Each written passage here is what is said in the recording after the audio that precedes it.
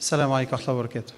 بسم الله والصلاة والسلام على رسول الله وعلى آله وصحبه ومن والاه. May Allah accept our prayers. May Allah gather us with the Prophet ﷺ in Jannat al-Firdaus as we are gathered in this beautiful gathering. Inshallah, we are continuing our journey with Madarij al-Salikin, with the stations of the seekers for Imam Ibn al-Qayyim. And if you recall, last week we did cover Manzilat. Which station did we cover last week? Al-Raja, hope. So we are moving from hope to another one, which is a critical station that each and every one of us, I would say it's not only missing, but we need to dwell in way more than what we are doing. So today we are going through Manzilat al-Zuhd, asceticism. And to give it kind of the functional meaning, which is the liberation from the chains of worldliness.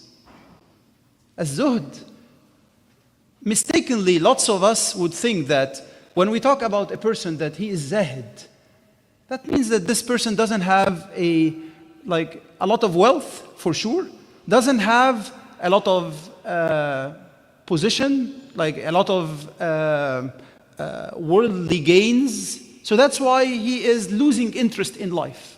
And that's completely the opposite of what we mean by Zuhd.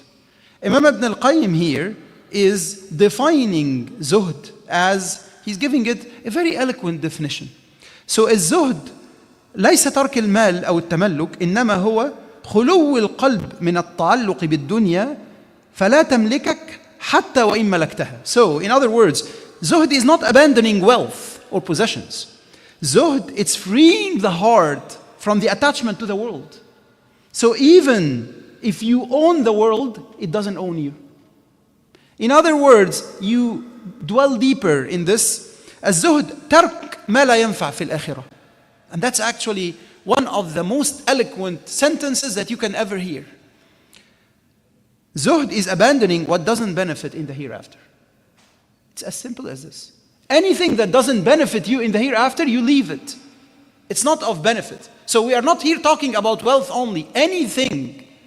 So why don't we define this anything? Imam Ibn al-Qayyim defines three levels, three categories of zuhd. The first one is leaving the forbidden, leaving ما نهي عنه, ترك الحرام. So that's the first level, that's the basic level. That you leave whatever is haram, whatever Allah subhanahu wa ta'ala ordained as haram. So you should leave it. Second level, again, we are leaving whatever isn't benefiting us in the hereafter. So we would leave the excess. So you have something halal, not haram, but you are exceeding in it. إِنَّهُ لَا يُحِبُّ الْمُسْرِفِينَ. Allah subhanahu wa ta'ala doesn't like those who would exceed, even who would dwell more than needed, even if it's in halal. So that's the second level. The third level, which is amazing. تَرْكْ مَا يُشْغِلْ عَنِ اللَّهِ وَلَوْ كَانَ مُبَاحًا. So leaving anything that distracts from Allah subhanahu wa ta'ala, even if it's permissible. So we are not here talking about the excess. We are talking about assessing everything that you are doing on a 24/7 and then saying, oh, you know what, this is halal. And it's not excess. I'm not except doing it once every week. But let's say this week I'm not doing it for the sake of Allah subhanahu wa ta'ala. Obviously, leaving what is excess. Let's say, for example, I like watching games, but you don't need to watch games 5 hours a week. Maybe an hour is okay. So that's the excess. But cutting it completely, say like, you know what, for a week, or for in Ramadan, for example, I won't go to the gym, or I won't watch games, or so. Or in this month, or like on a Monday, for example, I love going out, however, I would fast this Monday for Allah subhanahu wa ta'ala. These are examples of these three levels. So, what did Allah subhanahu wa ta'ala say about zuhd, asceticism in Quran? Allah subhanahu wa ta'ala told us in Surah An-Nahl, ما عندكم ينفد وما عند الله باق. Whatever you have vanishes, perishes. And whatever is with Allah subhanahu wa ta'ala is never, ever, everlasting, never ending.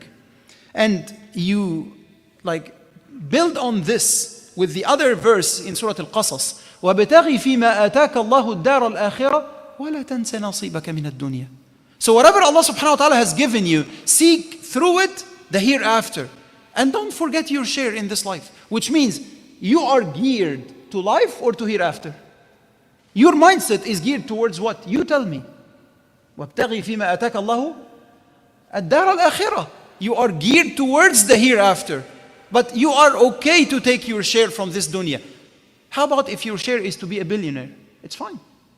Because at the end of the day, you will use this wealth towards the hereafter. Your mindset is towards the hereafter. Like the companions used to say, Allahumma aj'al ad-dunya fi aydina wa la taj'alha fi qulubina.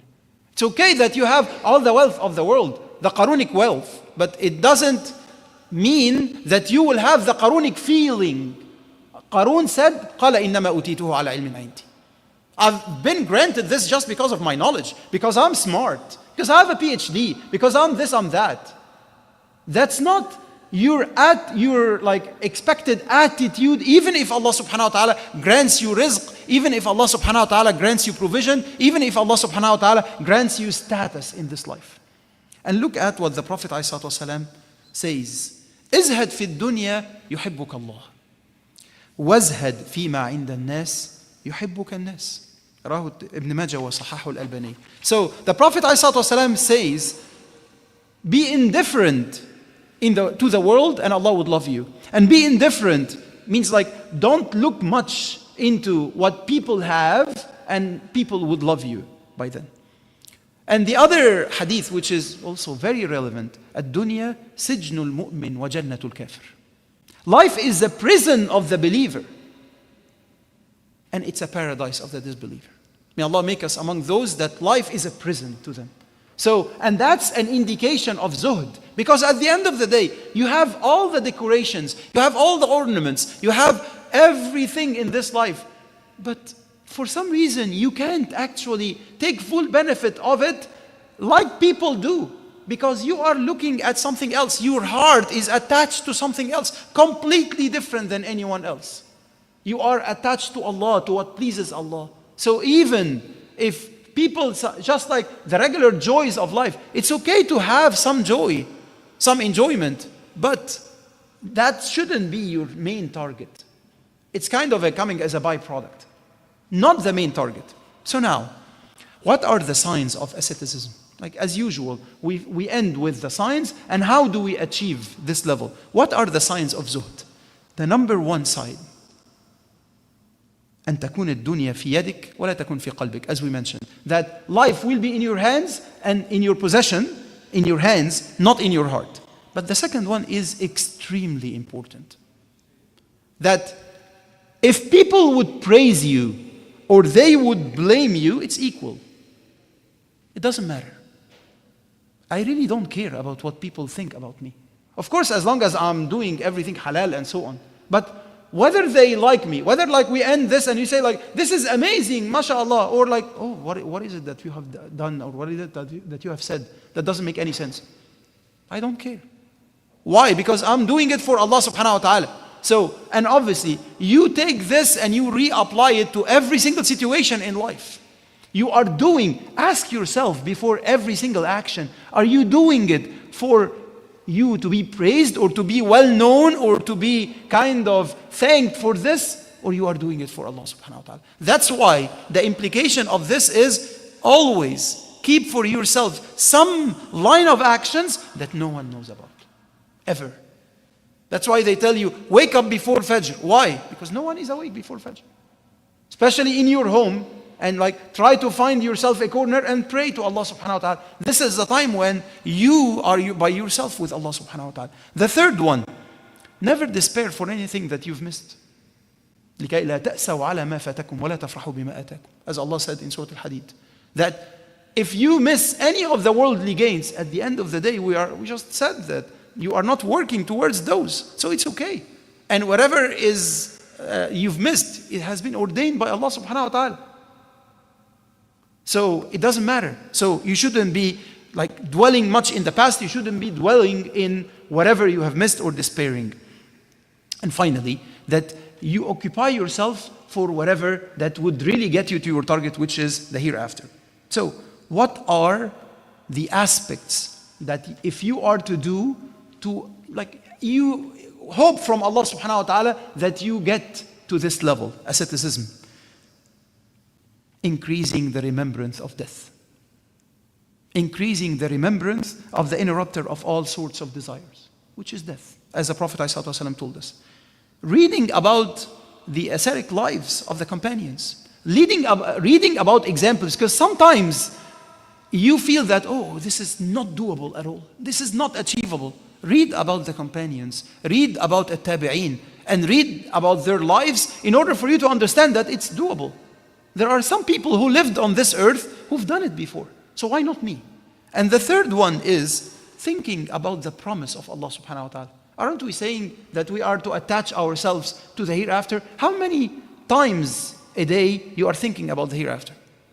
What's the percentage of your day that you are actually pondering upon what's happening in the hereafter, what will happen in the hereafter? How many times you are thinking about when you are standing before Allah subhanahu wa ta'ala? Only you and Allah subhanahu wa ta'ala alone. How many times does this come to your mind? Then how are you preparing for it? So, and finally, the fourth one, this amazing dua. اللهم لا تجعل الدنيا في أيدينا اللهم لا تجعل الدنيا أكبر همنا ولا مبلغ علمنا اللهم لا تجعل, let's say it inshallah, اللهم لا تجعل الدنيا أكبر همنا ولا مبلغ علمنا. Oh Allah, do not make this world our greatest concern or the extent of our knowledge. We ask Allah subhanahu wa ta'ala to be among the zahideen. We ask Allah subhanahu wa ta'ala to practice zuhd ourselves, our beloved, our families, our children. We ask Allah subhanahu wa ta'ala to resurrect us with Sayyidu Zahideen, with the Prophet ﷺ. And we ask Allah subhanahu wa ta'ala to resurrect us with Zahideen who came before us, who will come after us all the way in the day of judgment. قُلُوا قَوْلِي هَذَا وَأَسْتَغْفِرُ اللَّهَ لِي وَلَكُمْ. As a reminder, as we always remind ourselves, increase the salah upon the Prophet ﷺ in the night of every Friday, sallallahu ala Muhammad sallallahu alayhi wa sallam, and throughout the day, all the way till the Maghrib of Friday. أقول قولي هذا وأستغفر الله لي ولكم فاستغفروه إنه هو الغفور الرحيم وجزاكم الله خيرا.